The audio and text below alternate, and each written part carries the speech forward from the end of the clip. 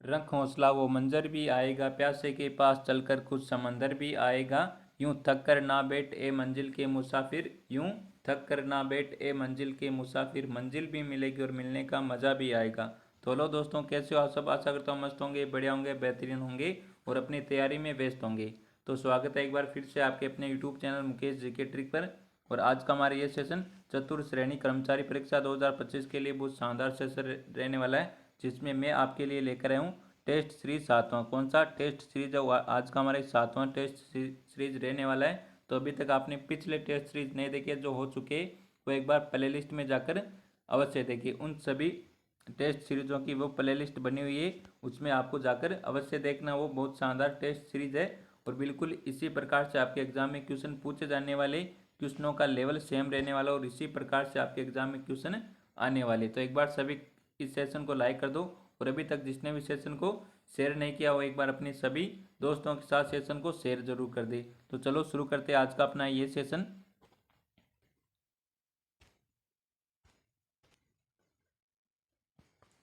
आज के सेशन का पहला क्वेश्चन आपके सामने, वर्षा को जलवायु प्रदेशों के वर्गीकरण का आधार माना है। तो वर्षा को जलवायु प्रदेशों के वर्गीकरण का आधार किसने माना है? कोपेन ने, केंड्रियो ने, ट्रिवार्था ने या फिर थार्नवेट ने? तो इनमें से कौन सा आंसर राइट आंसर बताओ एक बार सभी। सभी का आंसर आना चाहिए कमेंट में, फटाफट आंसर कर दो एक बार सभी। बिल्कुल राइट आंसर आना चाहिए सभी का, और सभी का बिल्कुल राइट आंसर आ रहा है डी आंसर। कौन सा? डी आंसर जिसने भी दिया उन सभी का बिल्कुल राइट आंसर रहने वाला है। थार्नवेट ने वर्षा को जलवायु प्रदेशों के वर्गीकरण का आधार माना है। किसको? वर्षा को। तो यहाँ पर कौन सा आंसर हो जाएगा अपना? डी आंसर बिल्कुल करेक्ट आंसर हो जाएगा। अगला क्वेश्चन आपके सामने, कौन सा कारक राजस्थान की जलवायु को निर्धारित करने के लिए उत्तरदायी नहीं है? तो इनमें से कौन सा कारक है जो राजस्थान की जलवायु को निर्धारित करने के लिए उत्तरदायी नहीं है? ऑप्शन है तापमान, समुद्र से दूरी, प्रचलित पवनें, वर्षा का समान वितरण। तो बताओ एक्शन ऑप्शन यहाँ पर आपके सामने, इनमें से कौन सा आंसर राइट आंसर है? फटाफट आंसर कर दो एक बार सभी। सभी का आंसर आना चाहिए बिल्कुल राइट आंसर। तो कौन सा कारक है वो जो राजस्थान की जलवायु को निर्धारित करने के लिए उत्तरदायी नहीं है? तो तापमान बिल्कुल उत्तरदायी होता है।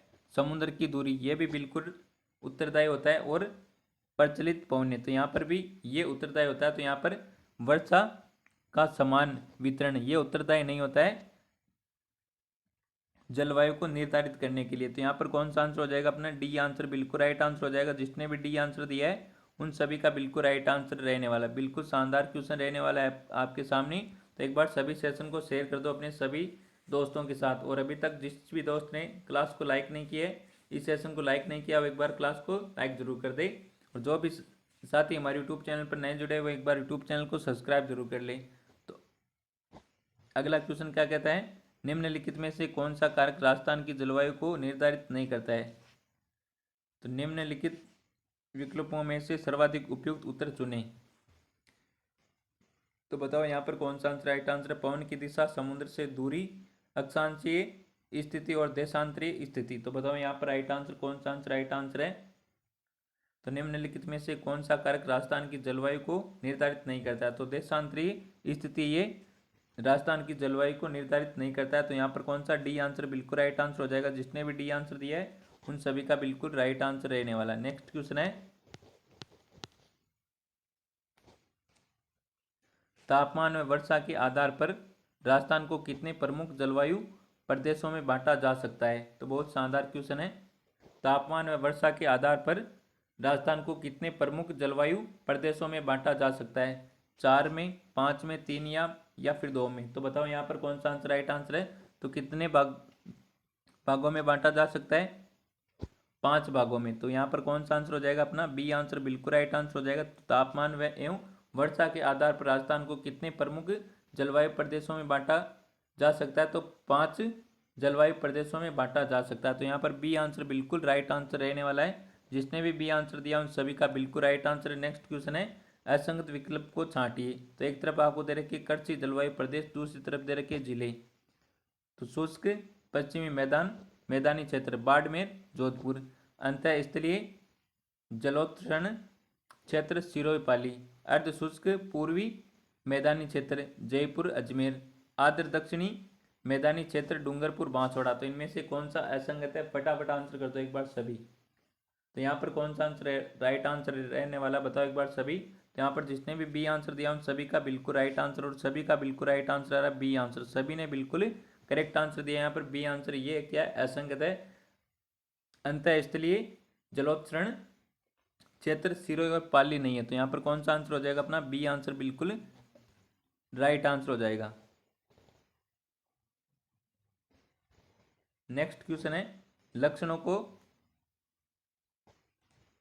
लक्षणों को नियंत्रण करने वाली मूलभूत इकाई को क्या कहा जाता है। ये आ गए साइंस से क्वेश्चन भाई। तो लक्षणों को नियंत्रण करने वाली मूलभूत इकाई को क्या कहा जाता है, जीन कहा जाता है, कारक कहा जाता है, उपयुक्त सभी, निर्धारक। तो बताओ यहाँ पर कौन सा आंसर राइट आंसर है। तो ये तो सभी का बिल्कुल राइट आंसर आ रहा है, जीन कहा जाता है। तो जीन लक्षणों को नियंत्रण करने की मूलभूत इकाई है। तो यहाँ पर कौन सा आंसर हो जाएगा, ए आंसर बिल्कुल राइट आंसर हो जाएगा। सभी ने बिल्कुल राइट आंसर दिया, बहुत बढ़िया दोस्तों, लाजवाब, क्या बात है, सभी का बिल्कुल करेक्ट आंसर है। भैया पीडीएफ कहाँ पर मिलेगी इसकी, तो पीडीएफ आपको मिलेगी कहाँ पर, तो पीडीएफ आपको मिल जाएगी, हमारा टेलीग्राम चैनल है मुकेश जीके ट्री के नाम से, मुकेश जीके ट्री के नाम से टेलीग्राम चैनल है। वहाँ पर आपको सभी क्लासों की पीडीएफ भी मिल जाएगी और जीके के अच्छे अच्छे नोट्स मिलेंगे, बिल्कुल हैंड राइटिंग नोट्स। तो आपको क्या करना है, पहले हमारे यूट्यूब चैनल को सब्सक्राइब करना होगा, फिर यूट्यूब चैनल के बायो में जाकर वहाँ पर टेलीग्राम की लिंक दे रखी है, उस लिंक पर टैप करके आपको टेलीग्राम में ज्वाइन हो जाना है। तो अगला क्वेश्चन क्या कहता है, देखो, परीक्षार्थ संकरण या टेस्ट क्रॉस किसके बीच संकरण है। एक अज्ञात जीन प्रारूप वाला व्यक्ति और एक समयुग्मजी अप्रभावी व्यक्ति, एक विषम युग्मजी व्यक्ति और एक समयुग्मजी अप्रभावी व्यक्ति, एक समयुग्जी व्यक्ति और एक समयुग्जी प्रभावी, उपयुक्त में से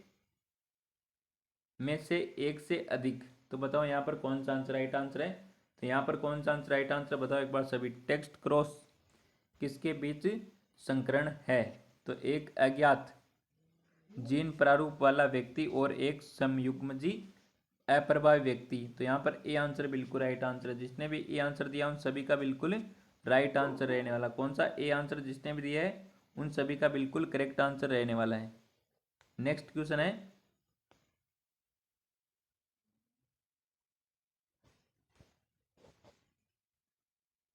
मानव आनुवांशिकी के जनक। तो मानव आनुवांशिकी के जनक कौन है, बेटसन, मॉर्गन, मेंडल, गेरार्ड। तो बताओ यहाँ पर कौन सा आंसर राइट आंसर है, मानव आनुवांशिकी के जनक कौन है, फटाफट आंसर कर दो एक बार सभी, फटाफट आंसर कर दो एक बार सभी, सभी का आंसर आना चाहिए बिल्कुल राइट आंसर यहाँ पर, और सभी का बिल्कुल करेक्ट आंसर आ रहा है यहाँ पर डी आंसर, कौन सा, गेरार्ड। तो मानव आनुवांशिकी के जनक कौन है, गेरार्ड। तो यहाँ पर जिसने भी डी आंसर दिया उन सभी का बिल्कुल राइट आंसर रहने वाला, जिसने भी डी आंसर दिया उन सभी का बिल्कुल करेक्ट आंसर रहने वाला। नेक्स्ट क्वेश्चन आपके सामने, डाउन सिंड्रोम गुणसूत्र एकाधिसूत्रा के कारण होता है। तो डाउन सिंड्रोम में किस गुणसूत्र की एकाधिसूत्रता के कारण होता है, गुणसूत्र 1, गुणसूत्र 14, गुणसूत्र 21 और गुणसूत्र 11। तो बताओ यहाँ पर राइट आंसर कौन सा आंसर राइट आंसर है। साइंस से आपके 4 से 5 क्वेश्चन पूछे जाने वाले, कितने, 4 से 5 क्वेश्चन है वो आपके साइंस से पूछे जाने वाले, कंप्यूटर से भी क्वेश्चन पूछे जाएंगे आपसे। तो बताओ यहाँ पर कौन सा आंसर राइट आंसर है। तो यहाँ पर जिसने भी डी आंसर दिया उन सभी का बिल्कुल राइट आंसर है गुणसूत्र 21। तो डाउन सिंड्रोम में गुणसूत्र 21 की एकाधिसूत्रा के कारण होता है। तो यहाँ पर कौन सा आंसर हो जाएगा अपना, डी आंसर बिल्कुल राइट आंसर हो जाएगा, जिसने भी डी आंसर दिया उन सभी का बिल्कुल करेक्ट आंसर है। नेक्स्ट क्वेश्चन है, विज्ञान की वह शाखा जो मानव जाति के सुधार से संबंधित है और मेंडल के विषयों पर आधारित है, तो वह कौन सी शाखा है विज्ञान की। ऑप्शन है सूक्ष्म जैविक, माइक्रोबायोलॉजी, आनुवांशिकी, जेनेटिक्स, मानव विज्ञान, एंथ्रोपोलॉजी और यूजेनिक्स। तो बताओ यहाँ पर कौन सा आंसर राइट आंसर है, विज्ञान की वह शाखा जो मानव जाति के सुधार, किसके लिए, मानव जाति के सुधार से संबंधित है और मेंडल के विषयों पर आधारित है। तो बताओ यहाँ पर कौन सा आंसर हो जाएगा राइट आंसर। तो यहाँ पर हो जाएगा डी आंसर बिल्कुल राइट आंसर यूजेनिक्स। तो यहाँ पर डी आंसर जिसने भी दिया उन सभी का बिल्कुल राइट आंसर रहने वाला कौन सा, डी आंसर। अगला क्वेश्चन आपके सामने, अगला क्वेश्चन है कंप्यूटर से क्वेश्चन है, एक्सेल में सेल की रेंज में अधिकतम मान ढूंढने के लिए किस फंक्शन का उपयोग किया जाता है। तो बहुत शानदार क्वेश्चन है। तो एक्सेल में सेल की रेंज में अधिकतम मान ढूंढने के लिए किस फंक्शन का उपयोग किया जाता है, सम का, मैक्सिमम का, मिनिमम का, या फिर एवरेज का। तो बताओ यहाँ पर राइट आंसर कौन सा आंसर राइट आंसर है। तो किसका उपयोग किया जाता है अधिकतम ढूंढने के लिए, अधिकतम मान ढूंढने के लिए मैक्सिमम का। तो यहाँ पर बी आंसर बिल्कुल राइट आंसर है। जिसने भी बी आंसर दिया उन सभी का बिल्कुल राइट आंसर है। नेक्स्ट क्वेश्चन है, अगला बहुत शानदार क्वेश्चन है, इससे भी बहुत शानदार क्वेश्चन है और एग्जाम में पूछा जाने वाला क्वेश्चन है। एक्सेल में एक वैलिड फॉर्मूला शुरू, एक्सेल में एक वैलिड फॉर्मूला किस से शुरू होता है, हैश प्लस से, एट द रेट, या फिर इक्वल बराबर से। तो बताओ यहाँ पर कौन सा आंसर राइट आंसर है। एक्सेल में एक वैलिड फॉर्मूला किससे शुरू होता है, तो आपके इक्वल से होता है, बराबर से, बराबर से ना। तो पहले बराबर का निशान आता है फिर फॉर्मूला लगता है। तो यहाँ पर कौन सा आंसर हो जाएगा, डी आंसर बिल्कुल राइट आंसर हो जाएगा। जिसने भी डी आंसर दिया उन सभी का बिल्कुल राइट आंसर है। और आपको लास्ट में कमेंट में जरूर बताना कि आपने कितने क्वेश्चन सही किए, आपने कितने क्वेश्चन सही किए और ये सेशन आपको कैसा लगा, ये आप सभी को बताना कमेंट में। अगला क्वेश्चन क्या कहता है, निम्न में से किस सॉफ्टवेयर की एक से अधिक पिवट टेबल है। तो निम्न में से किस सॉफ्टवेयर की एक से अधिक सॉफ्टवेयर की एक विशेषता पिवट टेबल है। तो Microsoft Excel, Microsoft PowerPoint, Microsoft Access Excel और माइक्रोसॉफ्ट वर्ड। तो इनमें से कौन सा आंसर राइट आंसर है, पिवट टेबल किसकी विशेषता है, बताओ एक बार सभी। तो यहाँ पर जिसने भी सी आंसर दिया उन सभी का बिल्कुल राइट आंसर है माइक्रोसॉफ्ट एक्सेल। तो यहाँ पर सी आंसर जिसने भी दिया उन सभी का बिल्कुल राइट आंसर रहने वाला है। अगला क्वेश्चन है, शॉर्टकट की से क्वेश्चन पूछा है, शॉर्टकट की एक्सेल में चयनित कॉलम को छिपाई जाती है। तो शॉर्टकट की एक्सेल में चयनित कॉलम को छिपाती है, तो वो कौन सी शॉर्टकट की है जो चयनित कॉलम होता है उसको छिपाती है, F2, control plus 0, shift plus F10 और अल्ट प्लस H। तो इनमें से कौन सा आंसर राइट आंसर है, अल्ट प्लस किसके लिए होता है, होम पेज को ओपन करने के लिए, होम पेज को ओपन करने के लिए, और F ये किसके लिए होती है, बताओ एक बार सभी। F2 सेल एडिट के लिए ना। तो बताओ यहाँ पर कौन सा आंसर राइट आंसर है, चयनित कॉलम को छुपाने के लिए कौन सी शॉर्टकट की है, कंट्रोल प्लस 0। कौन सी, कंट्रोल प्लस 0। तो यहाँ पर बी आंसर बिल्कुल राइट आंसर है। जिसने भी बी आंसर दिया उन सभी का बिल्कुल राइट आंसर रहने वाला है। नेक्स्ट क्वेश्चन है, तो एक बार सभी क्लास को लाइक कर दो भाई, जिसने भी सेशन को लाइक नहीं किया वो एक बार सेशन को लाइक जरूर कर दो। और जो भी साथी हमारे यूट्यूब चैनल पर नहीं जुड़े वो एक बार यूट्यूब चैनल को सब्सक्राइब जरूर कर ले। नेक्स्ट क्वेश्चन, निम्नलिखित में से कौन सा एक स्प्रेडशीट में डाटा को आरोही व अवरोही क्रम में व्यवस्थित करने की एक विधि है। बहुत शानदार क्वेश्चन है, filter, sorting, AutoSum, logical operator.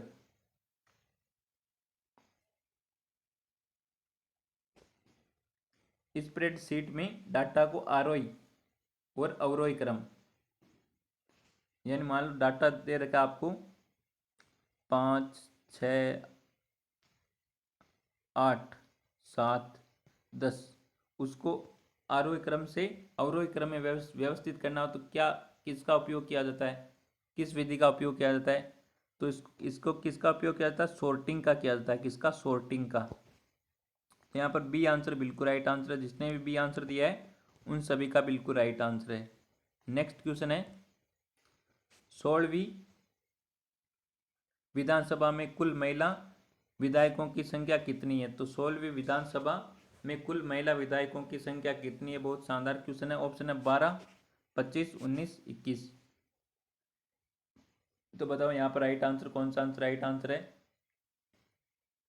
तो यहाँ पर जिसने भी सी आंसर दिया उन सभी का बिल्कुल राइट आंसर है, 21 महिलाएं। कितनी है, 21 महिला। 16वीं विधानसभा में कुल महिला विधायकों की संख्या कितनी है? 21 है। तो यहाँ पर सी आंसर बिल्कुल राइट आंसर है। जिसने भी सी आंसर दिया उन सभी का बिल्कुल राइट आंसर रहने वाला है। नेक्स्ट क्वेश्चन है, सुमित्रा सिंह राजस्थान राज्य की पहली महिला विधानसभा अध्यक्ष कौन सी विधानसभा में बनी?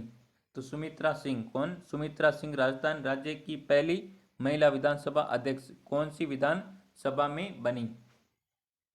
12वीं विधानसभा में, 13वीं विधानसभा में, 11वीं विधानसभा में या फिर 10वीं विधानसभा में? तो बताओ एक बार सभी। सुमित्रा सिंह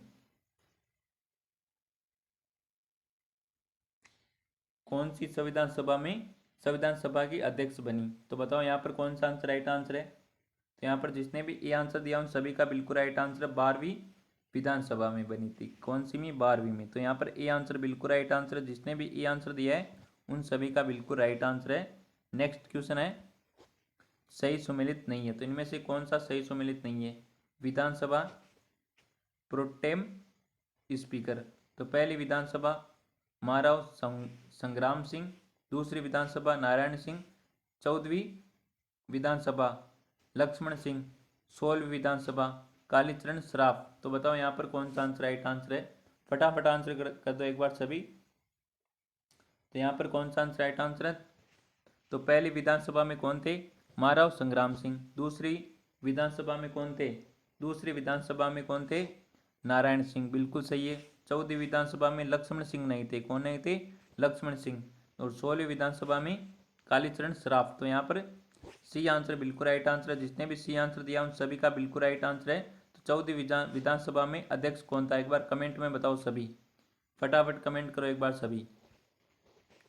नेक्स्ट क्वेश्चन है, भारत के संविधान के किस अनुच्छेद में प्रत्येक राज्य हेतु एक विधानमंडल का प्रावधान है? तो भारत के संविधान के किस अनुच्छेद में प्रत्येक राज्य हेतु एक विधानमंडल का प्रावधान है? तो ऑप्शन आपके सामने अनुच्छेद 170, अनुच्छेद 169, अनुच्छेद 167 और अनुच्छेद 168। तो इनमें से बताओ राइट आंसर कौन सा आंसर राइट आंसर है? तो यहाँ पर जिसने भी डी आंसर दिया उन सभी का बिल्कुल राइट आंसर रहने वाला है। अनुच्छेद 168 के तहत भारत के संविधान में विधानसभा का प्रावधान है। तो यहाँ पर कौन सा आंसर हो जाएगा अपना? डी आंसर बिल्कुल राइट आंसर हो जाएगा। अनुच्छेद 168 में विधानसभा का प्रावधान है। तो यहाँ पर कौन सा आंसर हो जाएगा अपना? डी आंसर बिल्कुल राइट आंसर हो जाएगा। नेक्स्ट क्वेश्चन है, राजस्थान विधानसभा के अध्यक्ष की अनुपस्थिति में अविलंबनीय मामलों में निम्नलिखित में से कौन अध्यक्ष की ओर से विधेयक को प्रमाणित कर सकता है? संसदीय कार्य मंत्री, विधानसभा का सचिव, संसदीय सचिव और अध्यक्ष। तो इनमें से बताओ राइट आंसर कौन सा आंसर राइट आंसर है? तो अध्यक्ष तो होगा नहीं, अध्यक्ष तो होगा नहीं। फिर कौन करेगा बताओ एक बार सभी। फिर कौन करेगा? तो फिर करेगा विधानसभा का सचिव। कौन करेगा? विधानसभा का सचिव। तो यहाँ पर बी आंसर बिल्कुल राइट आंसर है।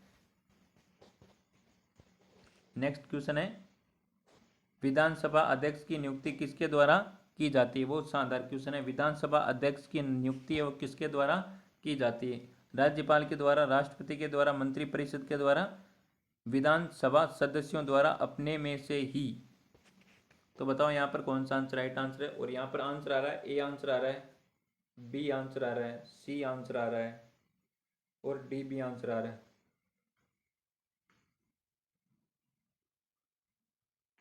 तो बताओ यहाँ पर राइट आंसर कौन सा आंसर राइट आंसर है? बहुत शानदार क्वेश्चन है यहाँ पर और ऑप्शन भी इसके बहुत शानदार है। तो विधानसभा अध्यक्ष की नियुक्ति किसके द्वारा की जाती है? तो राज्यपाल के द्वारा नहीं की जाती है, राष्ट्रपति के द्वारा भी नहीं की जाती है, मंत्रिपरिषद के द्वारा भी नहीं की जाती है। तो विधानसभा अध्यक्ष की नियुक्ति है वो विधानसभा सदस्यों द्वारा ही अपने में से किसी एक की जाती है, बहुमतों से। किससे? बहुमतों से। तो यहाँ पर कौन सा? डी आंसर बिल्कुल राइट आंसर हो जाएगा। विधानसभा सदस्यों द्वारा ही विधानसभा अध्यक्ष की नियुक्ति की जाती है, उनमें से ही की जाती है। विधानसभा अध्यक्ष विधानसभा सदस्यों में से ही किसी एक को नियुक्त किया जाता है। किसके द्वारा? विधानसभा सदस्यों के द्वारा ही। तो यहाँ पर डी आंसर बिल्कुल राइट आंसर हो जाएगा। जिसने भी डी आंसर दिया उन सभी का बिल्कुल करेक्ट आंसर रहने वाला। नेक्स्ट क्वेश्चन है, निम्न में से कौन राजस्थान विधानसभा के प्रोटेम अध्यक्ष व उपाध्यक्ष रहे? तो प्रोटेम अध्यक्ष व उपाध्यक्ष रहे? तो ऑप्शन है पूनम चंद बिश्नोई, निरंजन नाथ आचार्य, शांतिलाल चपलोत और परशुराम मदेरणा। तो इनमें से राइट आंसर बताओ। राजस्थान विधानसभा में प्रोटेम अध्यक्ष व उपाध्यक्ष रहे, तो बताओ यहाँ पर कौन थे वो? फटाफट आंसर कर दो एक बार सभी। तो कौन थे? पूनम चंद बिश्नोई। कौन? पूनम चंद बिश्नोई ये राजस्थान की विधानसभा के प्रोटेम अध्यक्ष रह चुके और अध्यक्ष भी रह चुके और उपाध्यक्ष भी रह सके। तो यहाँ पर कौन सा आंसर हो जाएगा अपना? ए आंसर बिल्कुल राइट आंसर हो जाएगा। जिसने भी ए आंसर दिया उन सभी का बिल्कुल राइट आंसर है। नेक्स्ट क्वेश्चन है, राजस्थान की प्रथम महिला कौन है जिन्हें राजस्थान के मंत्रिमंडल में स्थान मिला? तो राजस्थान की प्रथम महिला कौन है जिन्हें राजस्थान के मंत्रिमंडल में स्थान मिला? गिरिजा व्यास, सुमित्रा सिंह, कमला बेनीवाल, विद्या पाठक। तो बहुत शानदार, वेरी वेरी इंपॉर्टेंट क्वेश्चन है। बताओ यहाँ पर कौन सा आंसर राइट आंसर है? फटाफट आंसर करो एक बार सभी। देखते हैं कौन आंसर बिल्कुल राइट आंसर करता है। यहाँ पर बी आंसर आ रहा है भाई, बी भी आंसर आ रहा है। तो बी में सुमित्रा सिंह कौन थी? विधानसभा अध्यक्ष, पहली विधानसभा अध्यक्ष थी। तो बी तो नहीं होगा। तो कमला बेनीवाल कौन थी? कमला बेनीवाल। तो मंत्रिमंडल पूछा है आपसे, मंत्रिमंडल में प्रथम महिला कौन थी जिन्हें राजस्थान के मंत्रिमंडल में स्थान मिला? तो कौन? कमला बेनीवाल। तो यहाँ पर डी आंसर बिल्कुल राइट आंसर है। जिसने भी डी आंसर दिया उन सभी का बिल्कुल राइट आंसर रहने वाला है। नेक्स्ट क्वेश्चन है, राजस्थान विधानसभा के तीसरे आम चुनाव 1962 में कांग्रेस के बाद किस राजनीतिक दल को सर्वाधिक स्थान प्राप्त हुआ? वेरी इंपॉर्टेंट क्वेश्चन है। ऑप्शन है हिंदू महासभा, स्वतंत्र पार्टी, भारतीय जनसंघ और राम राज्य परिषद। तो बताओ यहाँ पर कौन सा आंसर राइट आंसर? राजस्थान विधानसभा के तीसरे आम चुनाव कब हुए थे? 1962 में हुए थे। कांग्रेस के बाद किस राजनीतिक दल को सर्वाधिक स्थान प्राप्त हुआ? तो बताओ यहाँ पर कौन सा आंसर राइट आंसर? तो यहाँ पर स्वतंत्र पार्टी को कांग्रेस के बाद राजनीतिक दल को सर्वाधिक स्थान है वो प्राप्त हुआ था। तो यहाँ पर बी आंसर बिल्कुल राइट आंसर है। जिसने भी बी आंसर दिया उन सभी का बिल्कुल राइट आंसर रहने वाला है। नेक्स्ट क्वेश्चन है, राज्य विधानसभा के सदस्यता के लिए न्यूनतम आयु क्या है? तो राज्य विधानसभा के सदस्यता के लिए न्यूनतम आयु कितनी है? 25 वर्ष, 26 वर्ष, 18 वर्ष और 21 वर्ष। तो बताओ एक बार सभी। तो यहाँ पर कौन सा आंसर राइट आंसर है?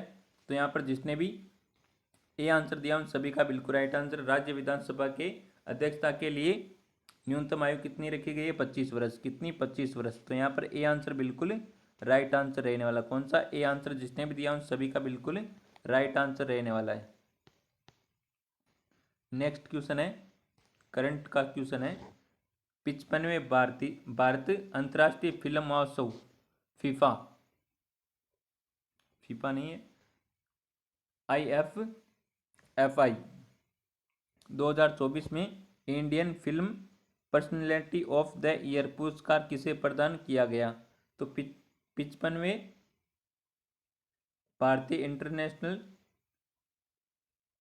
भारत अंतर्राष्ट्रीय फिल्म महोत्सव 2024 में इंडियन फिल्म पर्सनैलिटी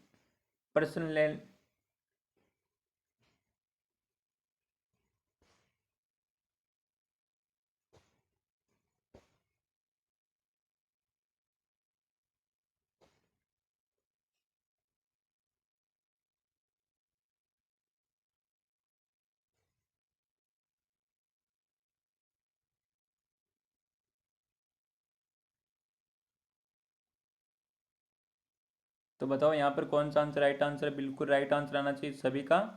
55वें भारत अंतर्राष्ट्रीय फिल्म महोत्सव 2024 में Indian film personality of the year पुरस्कार किसे प्रदान किया गया है? फटाफट आंसर कर दो एक बार सभी। आवाज़ नहीं आ रही, आवाज़ तो आ रही है भी।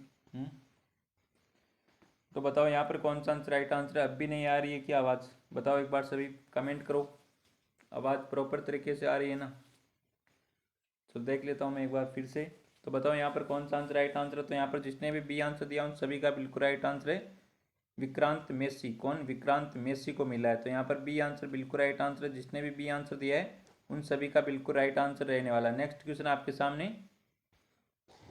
हाल ही में नवंबर 2024 में अमीय कुमार बागची का निधन हो गया। वह किस क्षेत्र के प्रसिद्ध व्यक्ति थे? बहुत शानदार क्वेश्चन है, एग्जाम में आने वाला क्वेश्चन है। तो हाल ही में नवंबर 2024 में अमीय कुमार बागची का निधन हो गया है। वह किस क्षेत्र के प्रसिद्ध व्यक्ति थे? पत्रकारिता के, अर्थशास्त्र के, खेल के, चिकित्सा के? तो बताओ यहाँ पर राइट आंसर।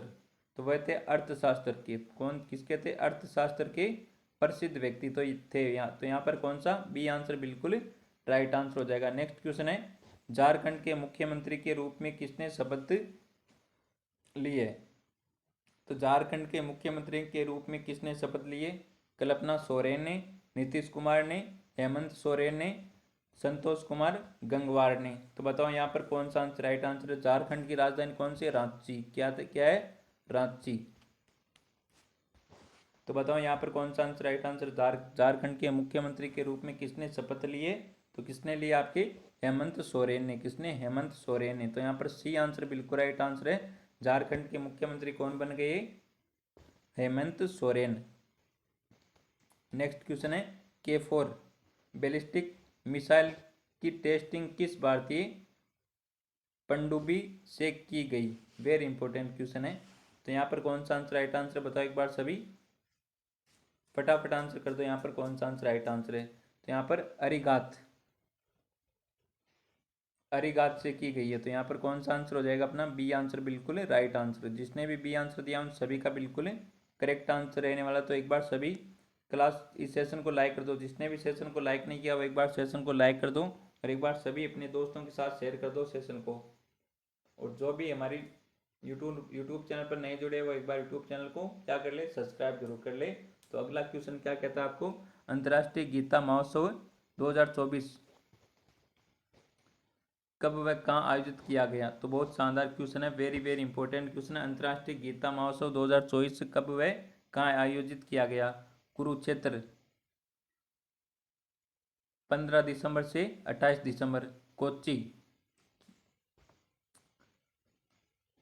28 नवंबर से 15 दिसंबर। कोच्चि, 15 दिसंबर से 28 दिसंबर।